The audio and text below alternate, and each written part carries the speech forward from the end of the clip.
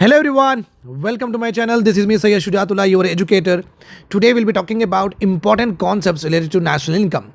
We are seeing what is the meaning of factor cost and what is the meaning of factor income in a very diagrammatic manner. I am going to explain you the factor cost and factor income in just a lucid manner. So stay tuned and don't go anywhere. We will also talk about why and when we need to add the taxes, why and when we need to subtract the taxes, and when we need to add subsidies, when we need to subtract the subsidies. Okay, these are the important areas of areas that one has to concentrate when they are learning about national income. Now, if I go ahead and try to explain you what is the meaning of factor cost. So before going into the discussion, you might be aware of this fact that any kind of production you requires what factors of production means. When you want to bring out production, okay, what are the various ingredients, or you can say that what are the various requisites that you require in order to make a production happen, whether you produce a good or when you produce a service. Let us suppose you want to produce pen. Let us suppose you want to produce a service like a workout service in the form of what? Gym. Remember this point here. Okay, now factors of production. If you want to produce a pen, obviously you cannot do that in air, you cannot do that in water. That's why you need a land area. So land is one here. Then someone should work to do this particular production and to make that pencil. That's why you require what? Labor, nothing but what? Human resource you require. Okay, then to buy the raw material for this, what do you require? You require capital. Then you require capital. With the help of capital, you will also actually pay land rent and labor also. But the thing is that with the help of capital, there are two separate entities. That's why we do not club this into this two, or else you can directly say that with the help of capital we can borrow all of them, but obviously these are separate entities. Then that's why we are trying to, for our understanding, we are trying to just separate them in this way. Capital we are having in this capital, with the help of that we will generally procure the raw materials. And the last one, okay, one should be there to manage all of this. He is called as entrepreneur. Now just imagine a point here that any like land, labor, capital, entrepreneur. Okay, apart from these four, do you think any other ingredient or any other entity can fit in this? Just imagine. Do you want any other thing, any other entity that we can put it here? No, right? Yes. So that is the reason. What I am saying is there are only four factors of productions are there that we have seen. Okay, so land, labor, capital, and entrepreneur. Okay, the cost incurred on these factors of production, which are also called as economic agents. We also call them as what? Economic agents. The cost incurred on these factors of production is called as what? Factor cost. Remember this point. Factor cost. Okay, and when after they have worked, they have to also be paid or not. The income earned by these factors of production is called as what? Factor income.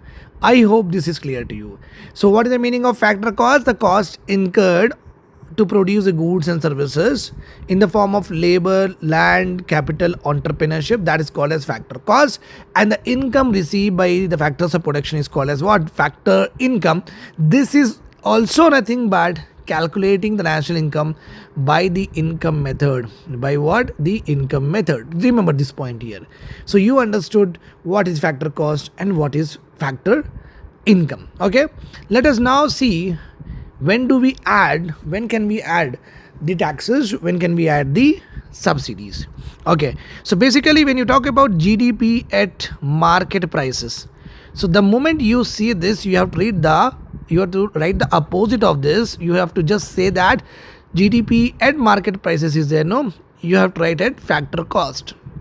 Okay, so when you are calculating GDP at market price here, it means your product is in the market. When your product is in the market, obviously you cannot be selling it without paying taxes to the government here, right? So GDP at market prices, it is nothing but in the stores, in the supermarkets, your product is there, and that products will always have what? Inclusive of all taxes.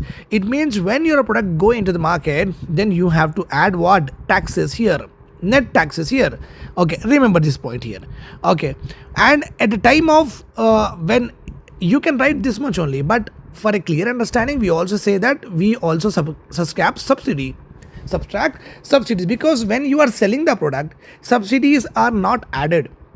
Subsidies are not added, and subsidies are added during the production process. This is the norm.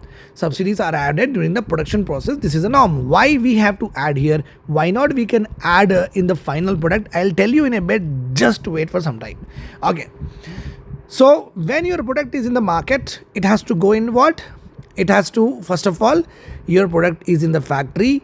Okay, in the factory you are having about 100 rupees, then you pay taxes of 20 rupees, then at 120 rupees you are actually selling into the market. The same thing goes here if you want to talk about GDP at factor cost. Okay, you want to know the factory what is the cost of your pen or a gym service at the gate of the gym. Okay, so GDP at factor cost is nothing but GDP at in the market price. You have to subtract taxes, but during the production you will get what?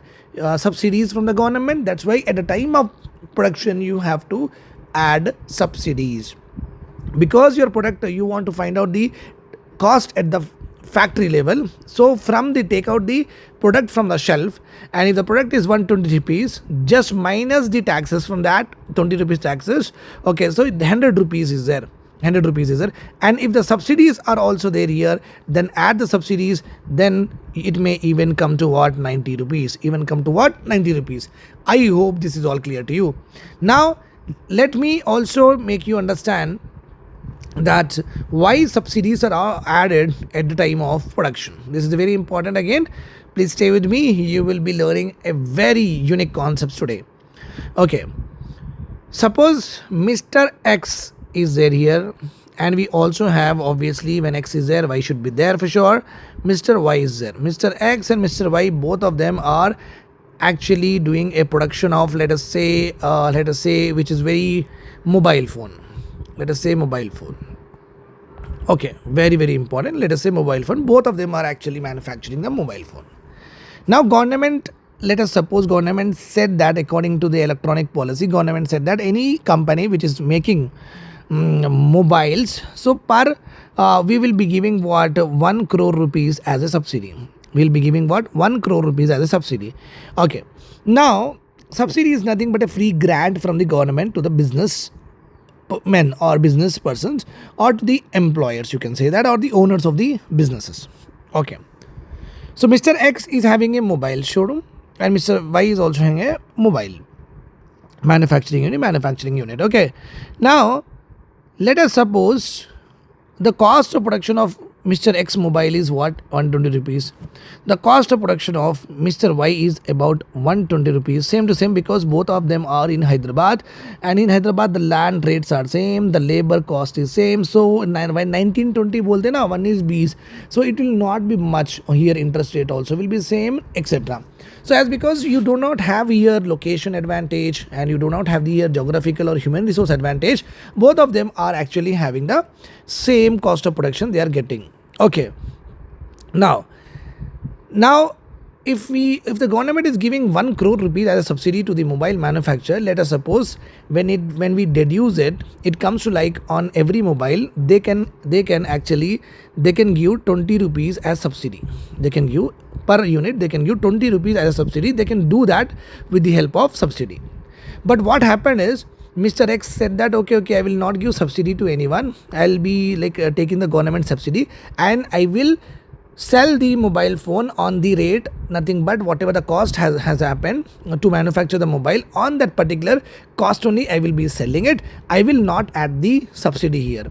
Okay, Mr. Y, what does he say? That he will be very like very ethical person, and he is like, government is giving the subsidy, no, I want to transfer the subsidy from the government to the consumer. So he says that instead of 20 rupees per unit whatever he is also getting, what he does it, okay, he add 10 rupees subsidy, and he says that I will not eat 20 rupees from the government, I will eat just 10 rupees from the government. Okay, so he will be selling it 110 rupees. So in competition in the market, the same mobiles are actually competing with each other, and because we are price sensitive, Mr. Y mobile phones will actually sold more.